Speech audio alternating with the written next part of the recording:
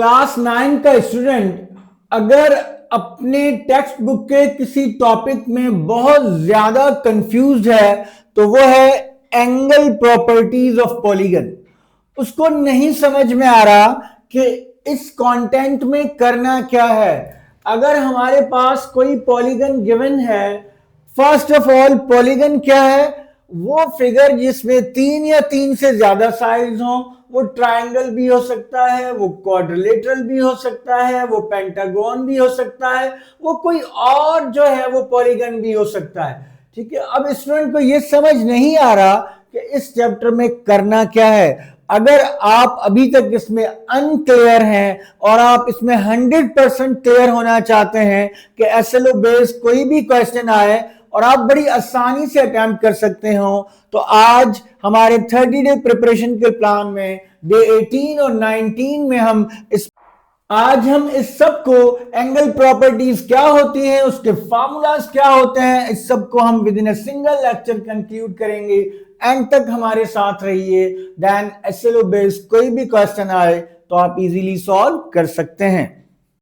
अस्सलाम वालेकुम, बिस्मिल्लाहिर्रहमानिर्रहीम। डियर स्टूडेंट्स, आज हम क्लास 9 के 30 डे प्रिपरेशन प्लान में डे 18 और 19 में कवर करेंगे एंगल प्रॉपर्टीज ऑफ पॉलीगन, जिसमें क्लास 9 का स्टूडेंट बहुत ज्यादा कंफ्यूज है क्योंकि उसको ये समझ नहीं आ रहा कि इस एसएलओ कंटेंट में करना क्या है। ये एसएलओ कंटेंट बुनियादी तौर पर सबसे आसान तरीन कंटेंट है। 4-5 फार्मूलाज हैं, अगर वो आपने अंडरस्टैंड कर लिया, उनको मेमोराइज भी नहीं करना, वो इतने सिंपल हैं कि आप आसानी से अंडरस्टैंड कर सकते हैं। उनको अगर आपने अंडरस्टैंड कर लिया, इस सेक्शन में एमसीक्यूज भी आ सकते हैं और शॉर्ट क्वेश्चन भी आ सकते हैं। वो कोई किसी तरह का भी एसएलओ बेस्ड क्वेश्चन आए आप इजीली अटेम्प्ट कर सकते हैं। तो हम चलते हैं फार्मूलाज की तरफ। सबसे पहले हम देखते हैं पॉलीगन जो है वो क्या होता है।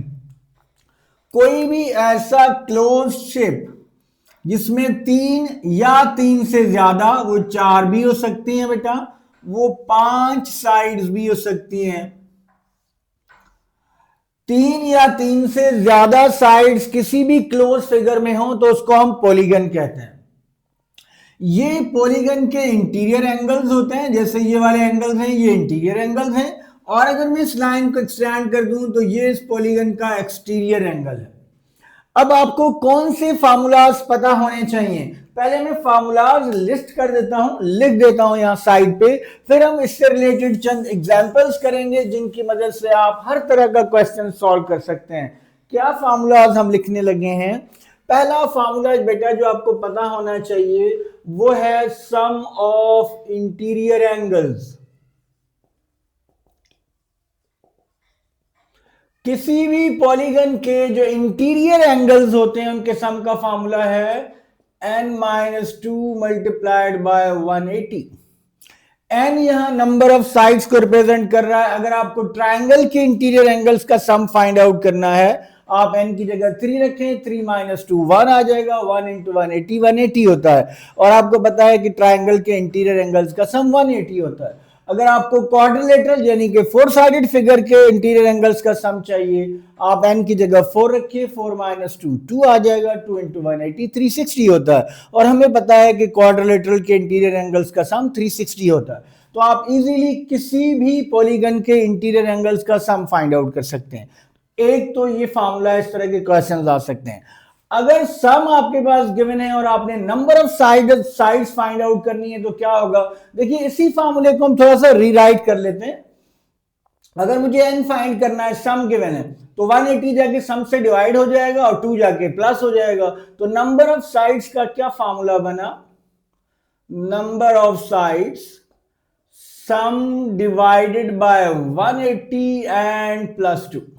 किसका सम? इंटीरियर एंगल्स का सम। उसको 180 से डिवाइड करके 2 उसमें ऐड करेंगे तो आपको नंबर ऑफ साइड्स भी मिल जाएगा। तो एक तो आपको ये फार्मूला पता होना चाहिए।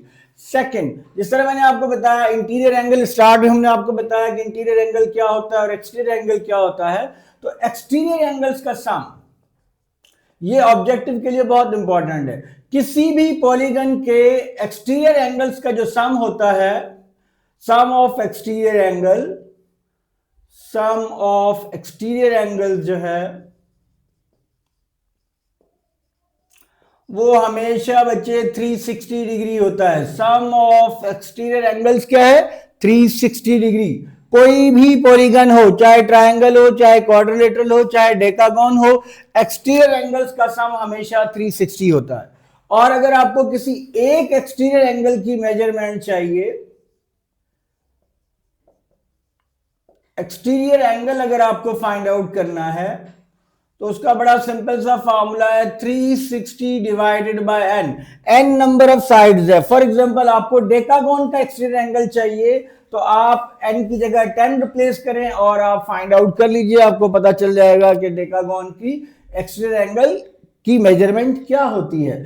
और लास्ट फॉर्मूला है, अगर आपको नंबर ऑफ साइड्स चाहिए, एक तो ये फार्मूला है बेटा नंबर ऑफ साइड्स के लिए, यहां से बड़ा आसान सा फार्मूला है। अगर आपको नंबर ऑफ साइड्स चाहिए यानी कि n रिक्वायर्ड है, तो इसका फार्मूला है 360 डिवाइडेड बाय एक्सटीरियर एंगल।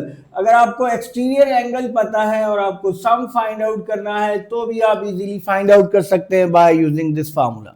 तो this is all about angle properties of polygon. अगर आपको ये बेटा ये फार्मूलाज आते हैं, तो आप किसी भी तरह का एंगल प्रॉपर्टीज का क्वेश्चन आसानी से सॉल्व कर सकते हैं। हाँ, एक फार्मूला और जो है वो भी मैं लिखना चाहूंगा कि हमें पता है कि जैसे ये अगर पॉलीगन है तो ये इंटीरियर एंगल है, ये एक्सटीरियर एंगल है, तो interior angle plus exterior angle, interior plus exterior, इनका सम हमेशा 180 डिग्री होता है। किसी भी पॉलीगन में इंटीरियर प्लस एक्सटीरियर का सम 180 डिग्री होता है। तो अगर ये 5 फार्मूलाज आपको क्लियर हैं, तो आप समझिए कि आपने विद इन 15 मिनट्स जो है ये टॉपिक जो कि आपके लिए मसला बना हुआ था, आपने उसको क्लियर कर लिया। हम इसकी कुछ एग्जांपल्स करते हैं ताकि आपको मजीद सिचुएशन क्लियर हो जाए। इनिशियली 2 क्वेश्चन देखिए। क्वेश्चन नंबर 1 को देखें, the sum of interior angles of hexagon चाहिए। Find sum of interior angles of hexagon. तो हमें सम ऑफ इंटीरियर एंगल्स का फार्मूला पता होना चाहिए। आप लिखेंगे क्वेश्चन नंबर 1 का जो सॉल्यूशन है, आप लिखेंगे कि सम ऑफ इंटीरियर एंगल्स जो है, इंटीरियर एंगल्स, उसका फार्मूला है n-2 into 180 degree. Okay, n is hexagon. Hexagon में 6 साइड्स होती हैं। आपको इतना पता होना चाहिए कि पेंटागोन का मतलब है n इक्वल्स टू 5, किसी भी क्वाड्रिलेटरल का मतलब है n इक्वल्स टू 4, हेक्सागोन का मतलब है n इक्वल्स टू 6। इसी तरह हेप्टागोन, डेकागोन, नैनोगोन, ऑक्टागोन, ये सारी बातें हमें पता होनी चाहिए कि नंबर ऑफ साइड्स एटलीस्ट हमें पता होनी चाहिए। तो हेक्सागोन का मतलब है n equals to 6, so put n equals to 6। 6 minus 2 multiplied by 180 degree. So this is 4 into 180 degree. So this is 0, 720 degree. इसका मतलब यह है कि हेक्सागोन के इंटीरियर एंगल्स का सम क्या है? 780 डिग्री। अगर मैं नेक्स्ट क्वेश्चन की तरफ जाऊं, sum of angles is 900 degree, find the number of sides. अगर आपको इंटीरियर एंगल्स का sum of interior angles, sum of interior angles अगर गिवन है और आपको number of sides find out करना है, तो ये सिंपल सा formula n is equals to this one formula, n is equals to sum is 900 divided by 180 and plus 2, 0 is cancelled with 0, 5 plus 2 7। So 7 sided figure heptagon आपके पास आएगा अगर सम 900 हो। तो यहां पर एक पॉइंट मैं आपको बताता चलूं बेटा। फॉर एग्जांपल आपको कोई सम ऑफ एंगल्स गिवन है, कोई भी नंबर, और आपसे पूछा जा रहा है कि क्या ये किसी भी पॉलीगन के एंगल्स का सम, इंटीरियर एंगल्स का सम है या नहीं है, तो आपको कैसे पता चलेगा? आप एग्जैक्टली इसी तरह से number of sides find out करेंगे। अगर n की वैल्यू नेगेटिव आए या पॉइंट्स में आए, फ्रैक्शन में आ जाए, तो आप कहेंगे ऐसा कोई पॉलीगन एग्जिस्ट नहीं करता जिसके इंटीरियर एंगल्स का सम जो है वो जो भी उन्होंने बताया हो वो हो। तो यहां से आपको दो बातें पता चल सकती हैं, आप नंबर ऑफ साइड्स भी पता कर सकते हैं और आप ये भी पता कर सकते हैं कि क्या ऐसा पॉलीगन एग्जिस्ट करता भी है या नहीं। तो ये दोनों चीजें हम एक ही फार्मूला से फाइंड आउट कर सकते हैं। अगर हम अपने अगले क्वेश्चन की तरफ जाएं तो each exterior angle of regular polygon is 45 degree. एक बात आपको मैं बताता चलूं बेटा, ये जितने भी पॉलीगन्स की आप बात कर रहे हैं ये रेगुलर पॉलीगन्स हैं।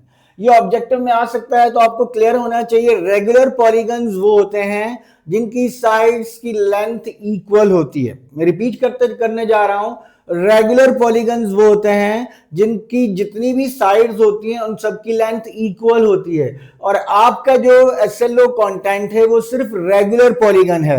लेकिन इर्रेगुलर पॉलीगन का भी आपको पता होना चाहिए, इर्रेगुलर पॉलीगन्स वो होते हैं जिनकी लेंथ्स इक्वल नहीं होती, उनकी प्रॉपर्टीज या उनका जो कुछ भी है वो डिफरेंट होता है फ्रॉम रेगुलर पॉलीगन से। आपका एसएलओ काउंट जो है वो सिर्फ रेगुलर पॉलीगन है। तो हमें क्या फाइंड करना है कि each exterior angle of regular polygon is 45 degree, find number of sides बतानी है। तो अभी आपके सामने फार्मूला अभी तक लिखे हुए हैं, वैसे ये फार्मूलाज आपको अंडरस्टैंड कर लेने चाहिए। और आपको अगर आपको एक्सटीरियर एंगल गिवन है, जैसे यहां पर हमें एक्सटीरियर एंगल गिवन है और नंबर ऑफ साइड्स रिक्वायर्ड है, तो देखिए ये फार्मूला आपको बताया हुआ है, नंबर ऑफ साइड्स अगर एक्सटीरियर एंगल गिवन हो, so n number of sides is equals to 360 divided by exterior angle की मेजरमेंट है 45। तो 360 को 45 से डिवाइड कर दीजिए तो आप नंबर ऑफ साइड्स मिल जाएगा। आप कोई भी टेबल यूज कर लें, फॉर एग्जांपल 9 का टेबल यूज कर देते हैं, 40 एंड देन 8, सो 8 ऑक्टागोन जो है वो आपको मिल गया। अगर आपके एक एंगल एक्सटीरियर एंगल जो है वो 45 हो तो जो फिगर होगी वो क्या होगा, ऑक्टागोन होगा। अगर मैं सेकंड क्वेश्चन की तरफ आऊं, find exterior angle of regular polygon, find exterior angle of regular polygon, और इस पॉलीगन की साइड्स हैं हैविंग 9 साइड्स। ये क्वेश्चन बेटा मैं इरेज करने लगा हूं क्योंकि मैंने ये क्वेश्चन को कंप्लीट करना है। Find exterior angle of regular polygon having 9 sides, having 9 sides. अब जो है वो नंबर ऑफ साइड्स हमें पता है और एक्सटीरियर एंगल की मेजरमेंट फाइंड आउट करनी है। तो आप क्या लिखेंगे इसके सॉल्यूशन में, एक्सटीरियर एंगल जो है वो इक्वल होता है exterior angle is equals to 360 divided by number of sides. Number of sides क्या है, 9, 1, 9, 4 and 40 degree, so this is 40 degree. तो बड़ी आसानी से सिर्फ आपको ये 4-5 फार्मूलाज अगर पता हो तो आप आसानी से फाइंड आउट कर सकते हैं। आप कोई भी क्वेश्चन जो आपको गिवन हो, आपको एसएलओ बेस्ड आप इजीली सॉल्व कर सकते हैं। अच्छा, इसमें देखें अगर जरा और ट्रिकी क्वेश्चन आए तो क्या पूछा जा सकता है, वो आपको इसी सवाल में अगर मैं आपसे कहूं find interior angle, not exterior, interior angle of regular polygon having 9 sides, 9 sides के रेगुलर पॉलीगन का इंटीरियर एंगल फाइंड आउट करें, तो डायरेक्टली आप इंटीरियर नहीं फाइंड आउट कर सकते। आप पहले एक्सटीरियर एंगल की मेजरमेंट फाइंड आउट करेंगे, ये आ गया 40। अब हमने आपको एक फार्मूला बताया था कि किसी भी रेगुलर पॉलीगन में इंटीरियर प्लस एक्सटीरियर जो है, इंटीरियर प्लस एक्सटीरियर 180 डिग्री होता है। तो जब आपको एक्सटीरियर पता चल गया तो इंटीरियर क्या होगा, 180 minus exterior that is 40 degree, so this is 140 degree. तो अगर कोई शॉर्ट में क्वेश्चन आए, थोड़ा मुश्किल सवाल हो, तो इस तरह का क्वेश्चन आ सकता है, this is all about polygons. हाँ, एक और सवाल मैं क्विकली जस्ट आपको आइडिया दे देता हूं, वो आपको कोई भी पॉलीगन दे सकते हैं इस तरह से, उसकी बहुत सी साइड्स गिवन होंगी, या इसको थोड़ा सा और हम ज्यादा साइड्स वाला कर लेते हैं, ये पॉलीगन, ये सारे एंगल्स फॉर एग्जांपल आपको गिवन हो और इन एंगल्स के अंदर कोई अननोन जैसे कि एक्स इस्तेमाल हो रहा है, ठीक है, और आपसे कहा जा रहा है कि सेक्स की वैल्यू फाइंड आउट करें, तो आप कैसे फाइंड आउट करेंगे बेटा? इन सबको सम करेंगे, इनका सम आप इक्वल करेंगे, काउंट करेंगे इसकी कितनी साइड्स हैं, 1 2 3 4 5 6 साइड्स हैं, तो इनका सम जो है इन सबको प्लस करेंगे, इज इक्वल टू कर देंगे आप 6 माइनस 2 इंटू 180, तो ये आपके पास एक इक्वेशन बन जाएगी, और इस इक्वेशन को जब आप सॉल्व करेंगे, लीनियर इक्वेशन होगी x में, तो आपको x की वैल्यू मिल जाएगी। So this is all about angle properties of polygon. अगर आप इन क्वेश्चंस को, इन फॉर्मूलाज को अच्छी तरह करें तो आप हर तरह का SLO बेस्ड क्वेश्चन यहां से अटेम्प्ट कर सकते हैं। नेक्स्ट जो इंपॉर्टेंट टॉपिक है जो कि हमने इसी डे में आज 18-19 में कवर करना है, वो है बेटा practical geometry. Long section C में एक लॉन्ग क्वेश्चन 8 नंबर का कंफर्म प्रैक्टिकल ज्योमेट्री से आता है। मुफ्त के नंबर है बेटा, 8 नंबर का सवाल होता है। जरूरी नहीं है, फॉर एग्जांपल अगर 8 नंबर का सवाल है तो क्वेश्चंस की जो मार्किंग डिस्ट्रीब्यूशन है वो किस तरह की होगी?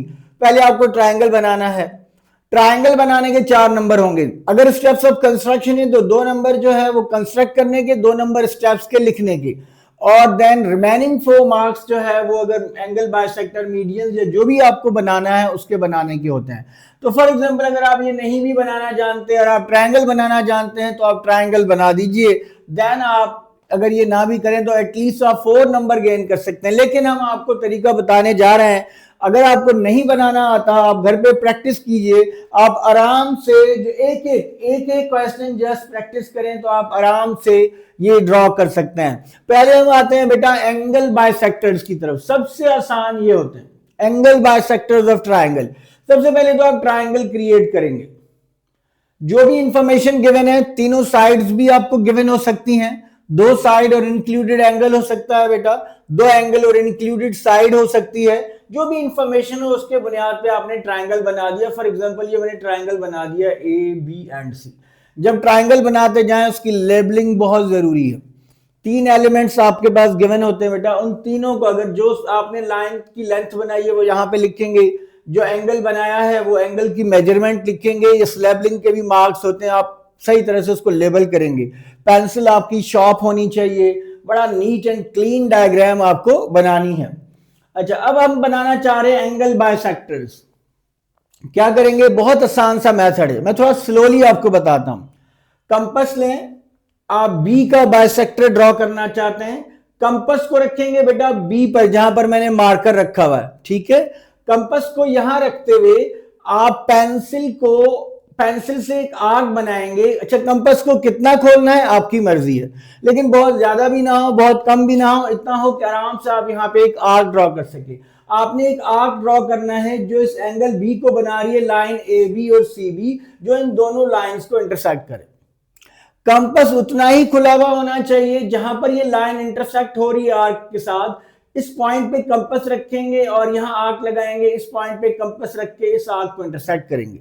जहां पर ये दोनों आर्क्स इंटरसेक्ट होते हैं, इस पॉइंट को इस बी के साथ एग्जैक्टली ये आपने देखना है, जहां आर्क्स मिल रहे हैं उस पॉइंट को बी के साथ ज्वाइन करके एक्सटेंड कर देंगे। लाइन थोड़ी आप एक्सटेंड कर दीजिए, तो ये आपका पहला एंगल बाइसेक्टर बन गया। ध्यान में रखें, एंगल बाइसेक्टर आपने पेन से बनाने हैं, बाकी सारा काम आपने पेंसिल से करना है, इसलिए ताकि आपकी फिगर जो है वो क्लियर हो। तो पेन भी ऐसा जो बड़ी जो शार्प किस्म की लाइन आपकी ड्रॉ कर दे। सिमिलरली बेटा आपने इस एंगल का बाइसेक्टर ड्रॉ करना है, सिमिलरली आपने इस एंगल का बाइसेक्टर ड्रॉ करना है। आपसे 2 बातें पूछी जाती हैं कि एंगल बाइसेक्टर्स ड्रॉ करें और प्रूव करें कि वो कंकरेंट हैं। कंकरेंट का मतलब यह है कि तीनों बाइसेक्टर्स एक ही पॉइंट पर मीट करेंगे। तो आप इस पॉइंट को कोई नाम दे दें, फॉर एग्जांपल O, और इसके नीचे आप लिख देंगे hence bisectors, angle bisectors are concurrent and they are concurrent at point O, ठीक है।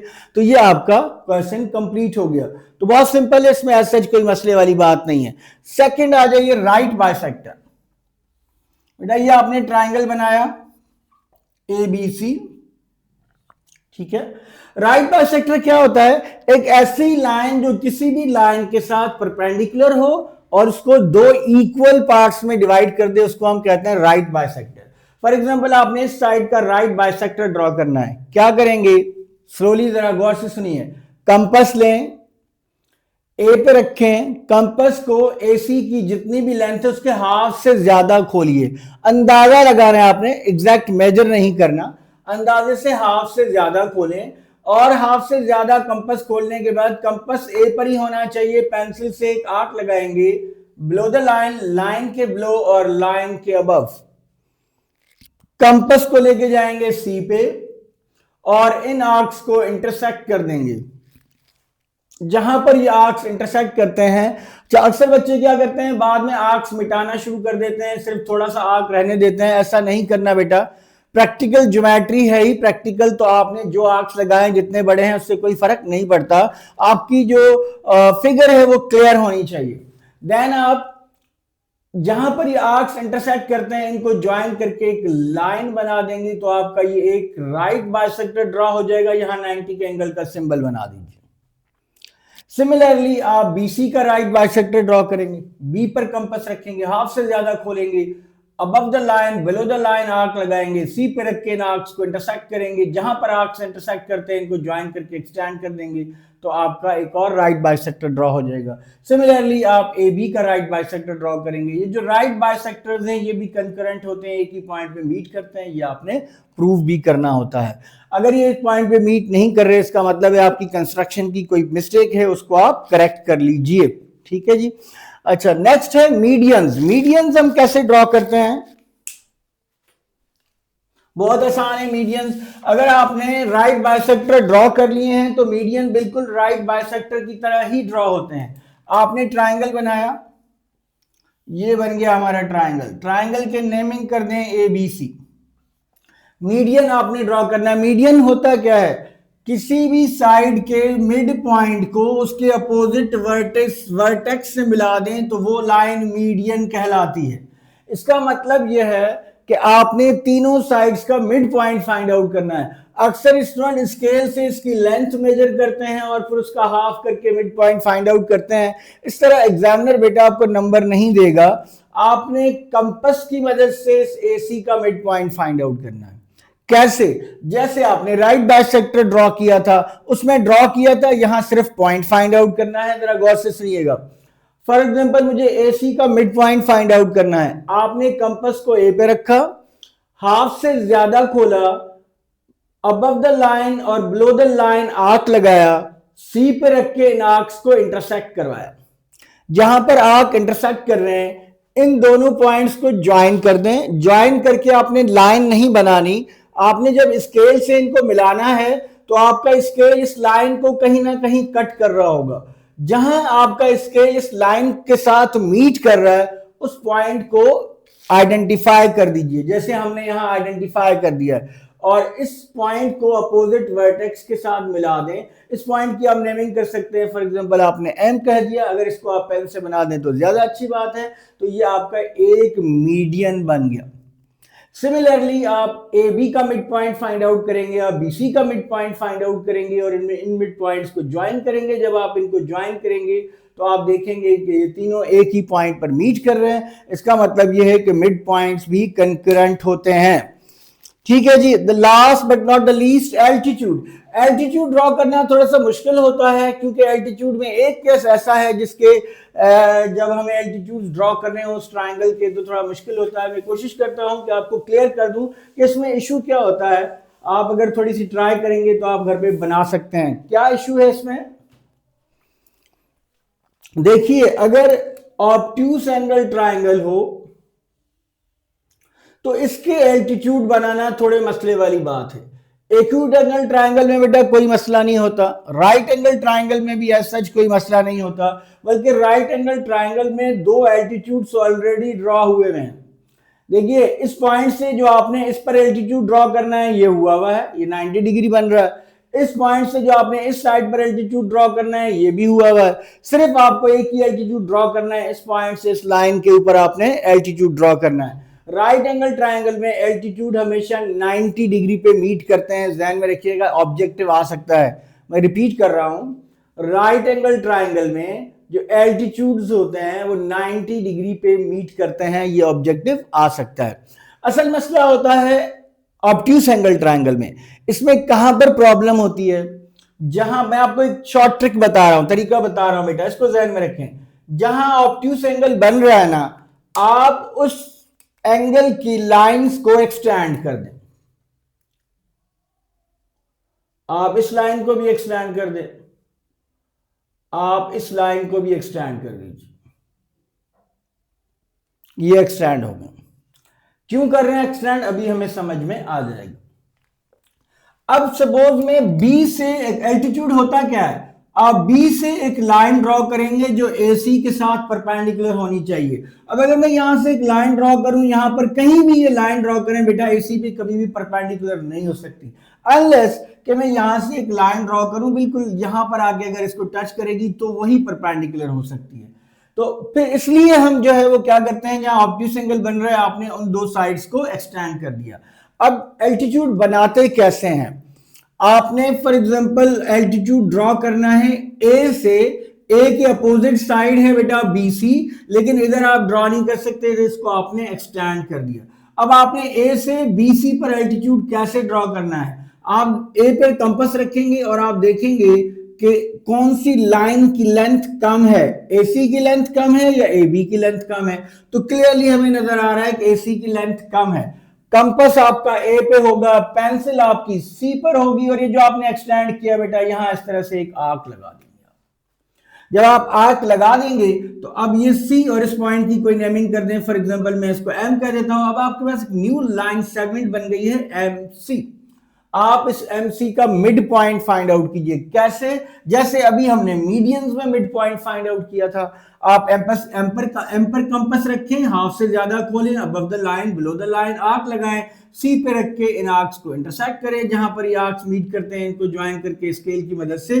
लाइन नहीं बनानी, सिर्फ ये देखना है कि ये कहां पर मीट कर रहा है, ये जो आपके आर्क्स हैं ये कहां पर इस लाइन के साथ मीट कर रही हैं। जहां पर मीट कर रही हैं उस पॉइंट को आइडेंटिफाई कीजिए और उसको ए के साथ ज्वाइन कर दें। लेकिन आपने इसको यहां रोकना नहीं है, इसको आपने एक्सटेंड कर देना है इस तरीके से। क्यों एक्सटेंड कर रहे हैं ये भी अभी हमें क्लियर हो जाएगा, ठीक है। अच्छा, अब आप क्या करेंगे, अब आपने पॉइंट बी से एल्टीट्यूड ड्रॉ करना है। बी से कैसे एल्टीट्यूड ड्रॉ करेंगे, बी पर कंपास रखा और आप देखेंगे कौन सी लेंथ कम है, बीसी कम है या बीए कम है। जो लेंथ कम है, जैसे मुझे नजर आ रहा है बीसी कम है, मैं सी पे रख के एक्सटेंडेड लाइन की तरफ इस तरह से एक आर्क लगा दूंगा। फिर इस पॉइंट को मैंने आर कह दिया। सी आर का मिड पॉइंट फाइंड आउट करेंगे, आर पे रख के हाफ से ज्यादा खोला, above the line below the line लगाया, आर्क और सी पे रख के आर्क्स को इंटरसेक्ट किया, इनको ज्वाइन किया, आपको पॉइंट मिला ये वाला, आपने इसको इससे ज्वाइन करके एक्सटेंड कर दिया, ये आपका दूसरा एल्टीट्यूड हो गया। फिर आपने बेटा एल्टीट्यूड ड्रॉ करना है सी से ए बी के ऊपर। आपने सी पर रखा कंपास, ए बी या सी ए या सी बी, जो भी लेंथ कम है, मुझे लग रहा है सी ए कम है, मैंने ये आर्क लगा दिया। फिर इसका मैंने मिड पॉइंट फाइंड आउट किया, फॉर एग्जांपल ये मुझे मिड पॉइंट मिल गया। मिड पॉइंट का तरीका हम आपको बता चुके। अब आप इस पॉइंट को इससे ज्वाइन करेंगे और अगर इसको यहां लेके जाएंगे तो ये एल्टीट्यूड्स कभी भी मीट नहीं कर पाएंगे। इसको आप एक्सटेंड कर देंगे इस तरीके से, तो आपको नजर आएगा कि ये बिहाइंड द ऑब्ट्यूस एंगल कहीं पे मीट करेंगे। तो जो ऑब्ट्यूस एंगल ट्रायंगल होता है उसमें altitude outside the triangle meet करते हैं। ये बात ऑब्जेक्टिव या एमसीक्यूज में आ सकती है, इसको ध्यान में रखिए। राइट एंगल ट्रायंगल में एल्टीट्यूड्स मीट करते हैं 90 के एंगल पर, और ऑब्ट्यूस एंगल ट्रायंगल में एल्टीट्यूड्स मीट करते हैं outside the right angle, sorry outside the triangle meet करते हैं। तो this is all about the practical geometry. तो आज के लेक्चर में हमने दो कंटेंट, आपके इंपॉर्टेंट कंटेंट कवर किए। एक प्रैक्टिकल ज्योमेट्री जिसमें से एक 8 नंबर का कंफर्म क्वेश्चन आता है, और एक एंगल प्रॉपर्टीज ऑफ पॉलीगन जिसमें से शॉर्ट भी आ सकता है और एमसीक्यूज भी आ सकते हैं। हम आपके साथ एक इंपॉर्टेंट न्यूज शेयर करने जा रहे हैं। हमारा ये प्लान है, अब वो आपके रिस्पॉन्स से जो है उस पर हम मजीद अमल करने का यकीन कर लेंगे। वो क्या है, हम चाह रहे हैं कि आपके पेपर से एक दिन पहले 29 अप्रैल और 30 अप्रैल को हम 1 आवर के लिए एक लाइव सेशन रखें। उस लाइव सेशन में हम क्या करेंगे, उस लाइव सेशन में हम पास पेपर्स को सॉल्व करेंगे। आपकी अगर कोई क्यूरी है, आपका अगर कोई क्वेश्चन है जो आपसे सॉल्व नहीं हो रहा, या आपको कोई एसएलओ बेस्ड क्वेश्चन मिल गया है और वो आपको समझ नहीं आ रहा, वो आप हमें कमेंट्स में बताएंगे तो हम उसको यहाँ पर सॉल्व कर देंगे। लेकिन ये लाइव सेशन जो है, हम आपके रिस्पांस का भी इंतजार कर रहे हैं। हमने अपनी कम्युनिटी पोस्ट में एक पोस्ट जो है वो डाल दी है ताकि आपको इन्फॉर्म किया जा सके। आप कमेंट सेक्शन में बताएं, लाइक्स के थ्रू बता दें, आपके लाइक्स बताएंगे हमें। अगर हमारे पास 20-25 लाइक्स भी आ गए तो हम समझेंगे कि जो है वो आप लाइव सेशन चाहते हैं, और देन हम जो है वो 29 और 30 अप्रैल को फ्रॉम 8 to 9 PM एक लाइव सेशन कंडक्ट करेंगे। टिल देन, अल्लाह हाफिज।